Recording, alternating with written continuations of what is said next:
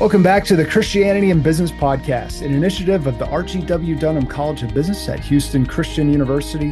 I'm your host, Darren Shear, and this is the show that helps Christian business leaders to integrate biblical values into business. On this episode, we're joined by my friend Mike Thakur. Mike is one of Houston's most admired CEOs as founder of the Work Lodge, which I've been to. He hosted a great party for the attendees at a Christian podcaster conference that I got to attend years ago. And it's just first class facility.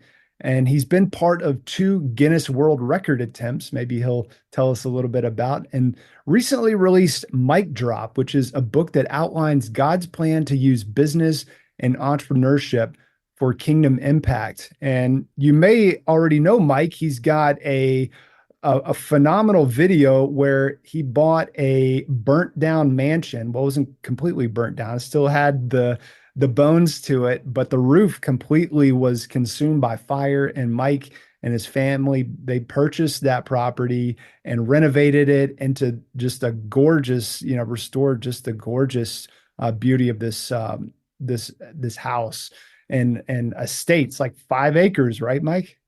Yeah, pretty much. Yeah, it's basically the Biltmore of, I live here in Asheville. It's like the Biltmore of Nashville, right? I don't know about that. There's some big houses out in Nashville. So, well, Mike, it's so good to reconnect with you. Welcome to the Christianity and Business Podcast. Yeah, thanks for having me. Excited to be here.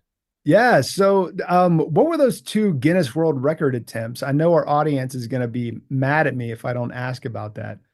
Well, so I used to be a podcaster. I'm one of those guys that didn't stick with it like but while I was podcasting, I was involved with an online global podcast kind of conference. And I guess it was the biggest ever in the world. And then they broke the Guinness World Record the next year. So because I was one of the speakers who was part of it, I got like a little participation trophy, but it says Guinness on it. So I'm claiming it. Like I was there. I was one of the guys. That's awesome. I'll take it, but I'm not the guy. Someone else got that one. Well, that's more than a record attempt. I mean, that's a record. Yeah. How many people were there? Oh, I don't know. It was like 6,000 or 8,000 or something like that. Yeah. So it was pretty big for podcasting. That's awesome. Well, you like to go big or go home. And so you purchased this property for $1.5 million, I believe. And now kind of what stage is it in at this point? Yeah, so we're just about wrapping up. It's been 18 months or so of a journey, a little bit slower than we would have liked, but we moved in March and still kind of working on some finishing touches through the spring into the summer. And it came out pretty good, Yeah. You've obviously seen the pictures, and we like how it showed up. There's a couple of folks on YouTube that don't seem to think so, but it's okay. Most of them do. It's just been a fun thing to roll up your sleeves and get involved in. That's for sure. Yeah. And, like you said before, you didn't know if this house was going to actually stand up given what it had been through. And so, I hear that story. I'm like, my goodness, just the amount of risk that was taken. That wasn't your first rodeo, right? I mean, you started the Work Lodge, right? So you already kind of had some property development experience. Tell us about a Work Lodge.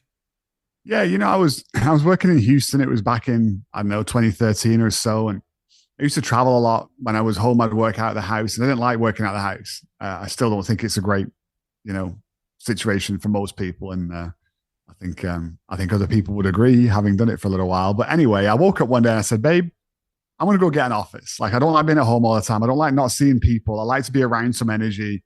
My own 4 walls is fun, but it's not that much fun. So when I'm home, I want to go somewhere to work. And I don't know anything about office space at all, like nothing. I'd worked in big companies and they took care of office space, but I didn't really know a whole lot about it.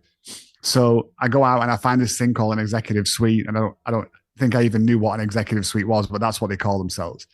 And I go look at this office and it's like 4 walls of drywall, a solid wood door. It's internal. So I'm standing there and I'm thinking, this is like solitary confinement, right? Like this must be what it feels like. And I said to Liz, is this the only one you've got? He said, yeah, we're full. Like this is the only one we've got. It's $800 a month. And I'm thinking, there's no way on earth I'm paying $800 a month to sit here by myself when I can sit at home by myself for free. So I went home and I said to my wife, I said, hey, I don't think I could do a worse job than these folks because it looked pretty shabby. And maybe I could do a better job, and maybe some other folks want to come work in a cool place. So why don't we go build something? And so we started on that journey and took about a year and a half or so, just research, thinking about it, noodling about it, trying to talk myself out of it. And then finally, I was doing an extortion case up in I think I was in Seattle, and I came across this thing called a co-working space. And so I went to look at it, and I walked in, and I'm standing there, I'm thinking, this is exactly what I was like visioning in my mind. You know, like it felt fun. There was energy. You could see people moving around. It wasn't so much about the aesthetic. It was just more about just that community feel of there's something happening here, right? Whereas the place I'd gone to look at, from the second I walked in all the way down the hallway and out, I didn't see a human being at all. I mean, it was just closed prison cells was the way I thought of it. And so I got on the phone and I said, Linda, like I've just found this place, you know, and you know, it's got people in it, right? So obviously somebody else is willing to pay to come to something like this. Like this is exactly what I was talking about. And then I was going to Portland from Seattle. And so I'm Googling, you know, in Portland, okay, co-working spaces. Now that I found this phrase that somebody used, is there another one? And so I find one and I go look at it. And it's a glorified coffee shop. I mean, it was very different, but they had people in there. And like at this point, the only thing stopping us was not, could we do it or should we do it? It was just, is anyone else going to pay to come alongside us and work in the same space? You know, because once I'm on the hook, like I got to pay a lot of rent.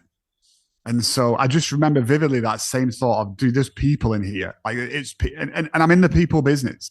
You know, that's really what we're in. And people don't understand that. You know, they think it's just real estate, it's just office space, but it's not. You know, it's a workplace for winners. And I say that almost tongue in cheek because if you want to win, we all know one can slay 1,000, but two can slay 10, right? These are biblical principles about doing life with other people, and you will go further than on your own. So if business is how I make a living, of all the things that I can invest money in, why would I not want to invest it to go work in a place that might cost a little bit more than I'm happy paying, but it's going to put me around a bunch of other people that's going to help me be more successful in business, which is going to make that money back and then some anyway. But I might actually just enjoy what I do a lot more and have a happier time being an entrepreneur because it's a tough gig, you know, and a lot of people struggle with that just mentally and emotionally. I mean, obviously we're not here to talk about co-working spaces, but that's my current, you know, day job. So I'll muse on it endlessly, but yeah, that's what we do. And that's how we do it. We've got 2 in Houston, Texas. Come check us out if you're local. yeah, wonderful. And so faith, your Christian faith is just infused in everything you do. When did you first realize God wanted to be involved in your work and business? Oh, like before we ever opened. So the goal was always we want to touch the world, right? So we want to make a dent in the world. That's mine and Linda's life mission is we want to make a dent in the world for Jesus. And so the thought was, what if we could start a business and then we can create a 501c3 with it? We'll just fund the nonprofit from the business and then we can just go do whatever we want. And so 9.5 years later, that's what we've done. And that's what we keep doing. I don't have to get votes. I don't need a committee. I don't need somebody telling me I can do this or I can't. I don't need to go ask for donations. It's been awesome. And we've got to do some really, really cool stuff. So yeah, I mean, from the get-go, I mean, we created the nonprofit before we created the LLC for the business, I think. And I remember distinctly while we were in construction and I was showing space to people before we'd ever opened the doors. And I'm telling all of them about the nonprofit and the fact that like when you choose to come here, like this is what you're choosing to fund. Like this is what we use some of the profits for. And I don't mean like 1 or 2%. Like we invest heavily in the kingdom because I think that's what we're called to do as Christian entrepreneurs, you know. And I think that's one of the things that's missing in the conversation today, one of many, and that's why we're talking. Yes, yeah. And what types of things are you giving your profits toward? So we built some children's homes in India. We built a bunch of water wells out in Cambodia. A few thousand folks out there have got clean water from the wells that we built. In Houston, we have a feeding program. I think we've given away about $11 or $12 million now of food over the years to families in need. That runs 363 days out of the year. So it doesn't run Thanksgiving and doesn't run Christmas Day. we get up to some mischief with other friends doing things. I've got a friend who built a big school compound out in Uganda, and so we were fortunate enough to be able to help them with some infrastructure out there. And actually, because of that, that led to some different conversations a couple of years later. And this is kind of top secret. I don't know if we've actually gone public with this yet or not. So depending on when this podcast drops, you may be the first people to hear about it. But I'm actually flying to Uganda in a couple of weeks.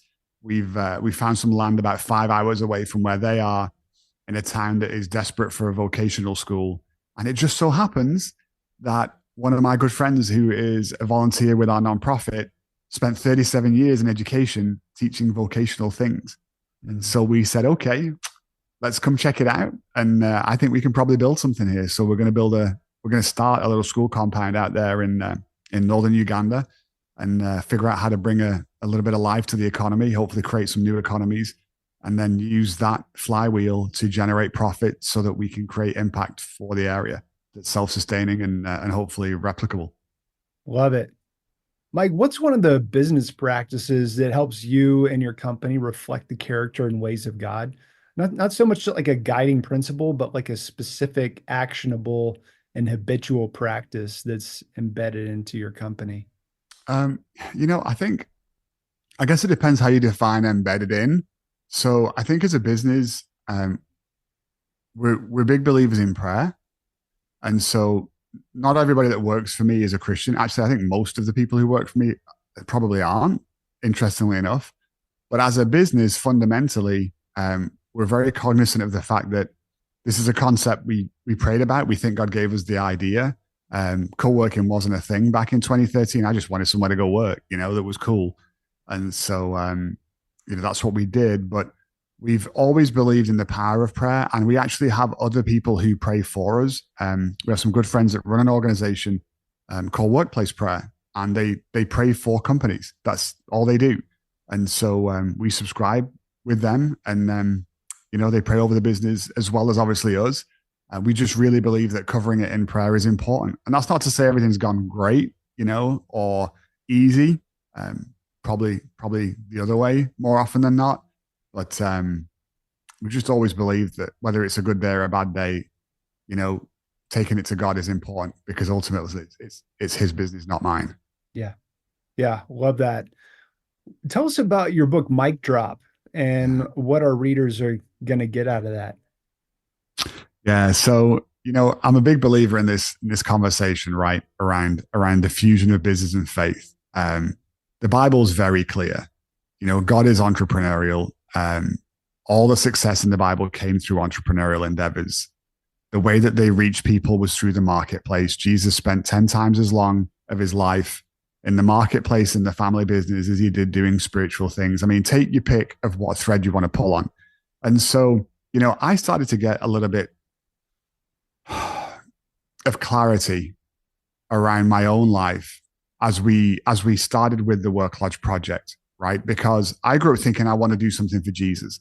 And so the rhetoric back then, because I'm not quite as young as I look, was, well, if you want to do something for Jesus, you're going to go serve in a church, right? Like, go be a pastor, go be a missionary or whatever. And that was it. There was never any other conversation. And so I spent years of my life trying to do the ministry thing, and it never worked. It never worked because that's not what I'm supposed to be doing. And it's not the way that God made me, and it's not the way that I'm built.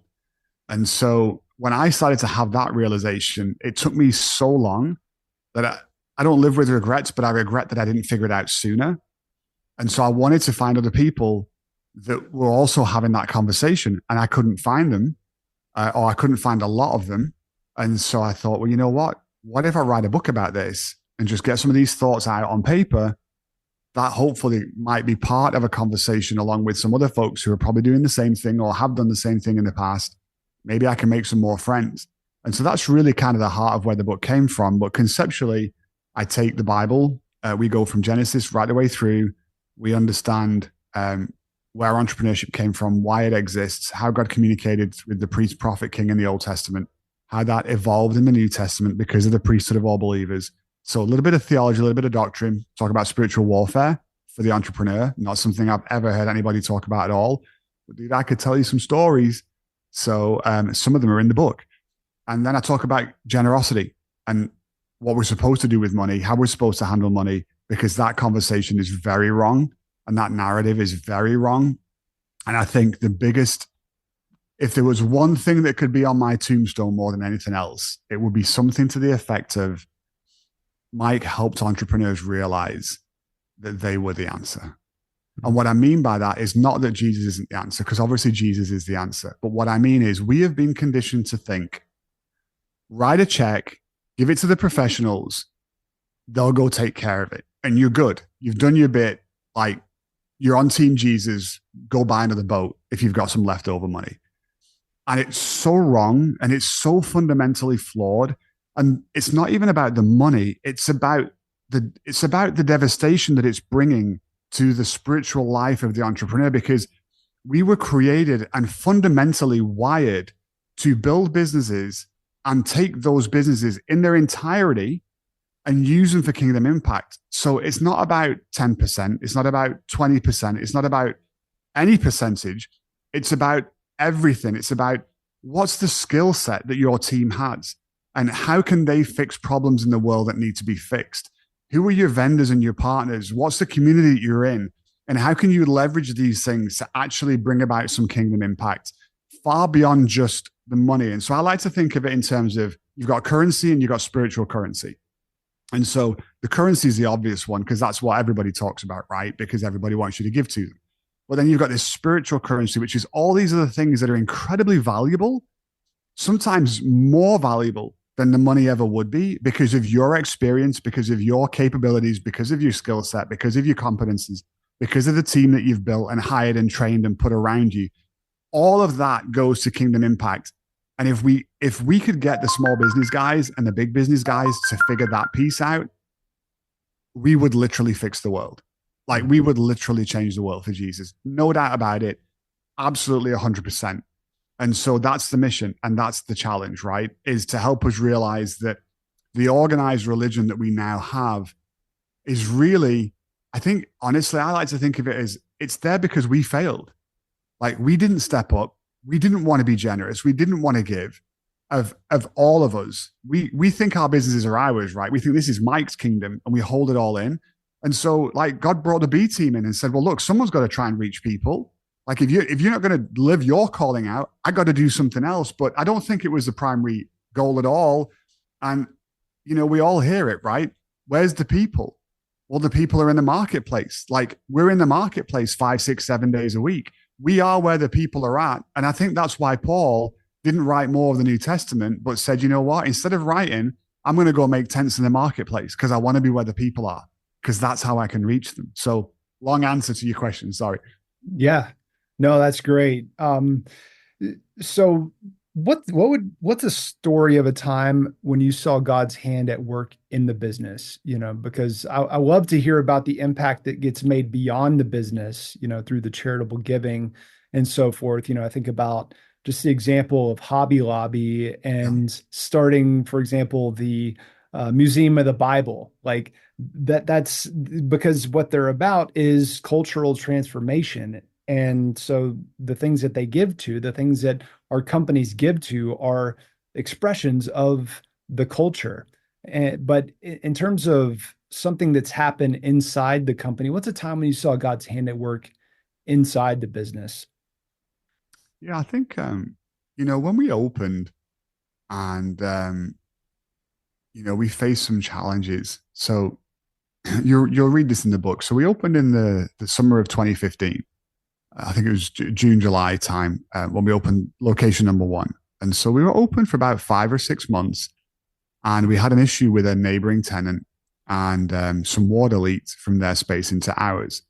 And so it only affected about 3 or 4 offices, but they were some of my nicer ones. And I was actually in the middle of selling one, which is how I know that we had an issue, because the floors were all wet one day when we went in there to show the space. And so, we dealt with it. We took care of it. A couple months later, same thing happens again. But this time it's a little bit bigger. So now it's like 7 or 8 offices. And so, we took care of it. We worked with the landlord and all that kind of fun stuff. Took a minute, but we got it figured out. And we put them all back together. And then a couple months later, it happened again. except this time it was a big one. Mm. And so now 40 offices were taken out, 40. And I only had about 117. So that's over a third of my space. I'm less than a year old. We've already had challenges twice before. And so now we've got to figure out how do we run the business that we still don't really know a whole lot about because we're not from a commercial real estate background at all. How do we deliver this exceptional hospitality that we promised everybody we'd deliver? But now I got to rip up all the floors because like a third of them were wet and I can't match the colors right with the 2/3 that aren't. So we're going to have to replace 17,000 square feet of flooring while being open and operational, not disrupting the folks who are working there. And oh, by the way, some of them were actually occupying the offices that were affected. So now I got to move them and take away offices that are brand new and I should be able to sell. And I got to put them in there for free because they can't work in the spaces that they selected to begin with. So it was an interesting first year. And, there was some financial pressures, obviously, that came with that. Just the cost of dealing with it, right? No one wanted to pay, lawsuits ensue 3 years later and whatever else. But I think what was really fun through it all was I can't say that I felt completely peaceful all the time, but generally everybody had a surprising amount of grace. The members, I think I probably had 1 or 2 heated conversations in the whole time. And it took us 3 months to fix. We had crews working every night. Then we would clean at like 5 a.m. so that when folks came in at 8 a.m., they could work. Concrete floors would be like covered over with paper and stuff that had been ripped up, before the new stuff went down. It was a construction zone. And there was a lot of grace over the business, I think, with the team who were being asked to do things that was, above and beyond, and also with the members that we serve. And, I think as I look back on that, I don't know if that's typical or not. I feel as though it probably isn't. And I'm glad that we had that because it was stressful, and there was a lot going on. Yeah. Well, Mike, I asked a lot of people that question. What's the story of a time you saw God's hand at work in your business? And virtually every time, every response people give to that question starts with a description of some adversity that they faced. So it's starting to make me think that maybe that's what God is wanting for us is to just walk through some adversity. So we start to see his hand at work in the business. But maybe that's not all God wants. Maybe he also wants us to be able to see his hand in the blessing and not just in the just the surprising blessings of God, but just even in the mundaneness and being able to see him in those things too. But I'm just noticing that as a theme that comes up again and again and again, adversity, and so anyone who's listening, just be encouraged that you might be walking through some adversity right now, but this is part of your story. This is part of your testimony, so that you'll be able to testify of God's glory and how God delivered you. Because that wasn't the first or the last flood you faced, right? Didn't the basement just recently flood in the new house? Yes, we did have an interesting challenge there with the basement. Something wasn't quite done the way it needed to be. So yeah, we pulled it apart and rebuilt it again. But it's all good now. So life is okay. Yeah. Yeah. Well, it's just those things as they happen, they're so inconvenient, so frustrating, but just an opportunity to see God at work and to trust him in the midst of the storm. Yeah.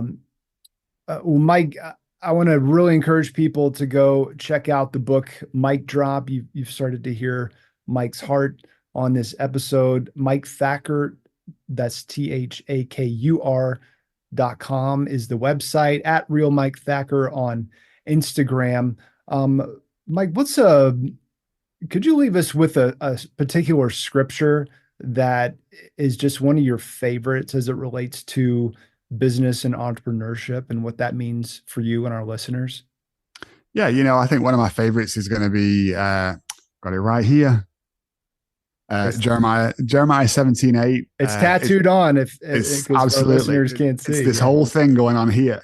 So, it's this idea of a tree being planted by a stream. His leaves are always green. And when the heat comes, when the drought comes, depends whether you read it in Psalm 1 or whether you read it in Proverbs, whether you read it in Jeremiah, it's in there multiple times. And so I always think when God wants to repeat himself, there's a reason why. But I just love that. I just love that concept. That you're close to nourishment, right? The idea of a tree being by a stream is that the water's right there, so those roots can always get, what they need, which is to drink and survive. And I think as believers and as entrepreneurs, I think that's a truth that's absolutely there for us as well. That we want to plant ourselves right by Jesus. Like we want to stay close, because when we're close and that proximity is there, we get the nourishment that we need. It doesn't mean that heat won't come, and that drought won't come. But what it means is that, our leaves stay green, right? Just like the tree, because it's okay. It doesn't really make any difference. And I think, especially, times like now, when you look at social media, the news, political landscape, whatever else, everybody thrives on fear, right? If you're selling newspapers, you're selling the news, you're selling whatever, good news doesn't sell, and bad news does, and fear does. And so that's what we're fed, in the world system, if you want to call it that. And it's very counter to God's world, which is hope, right? And so this idea of being like this tree planted by this stream, for me, it brings hope. It brings hope to my perspective. It brings me a lens of hope to look through. And it says that I don't need to worry about who's president in 2 months or 3 months. I don't need to worry about whether we have a recession or we don't. I don't need to worry about all these kind of things. Not that they won't have an impact in some way or another, but for my peace, for my mental wellness, for my growth as an individual, for my success as an entrepreneur, my success in life and in business and everything else, like it's proximity to Jesus. It's stay close to him, because he's our river, he's our source. And as long as we do that, then according to what he said, everything's going to be okay, one way or another. So, I mean, that's what I'd go with. All right, guys, stay planted by the stream, stay rooted in Jesus. Mike, this is phenomenal. Thank you for sharing some of your journey with us and your wisdom. We appreciate it. Yeah, absolutely. Had fun hanging out. We hope you've enjoyed this episode, and if so, we would greatly appreciate it if you'd leave us a quick rating and review for the Christianity and Business podcast on iTunes.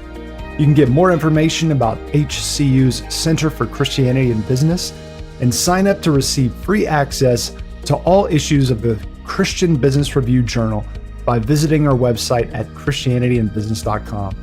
Thanks for listening, and remember to keep integrating biblical values into your business.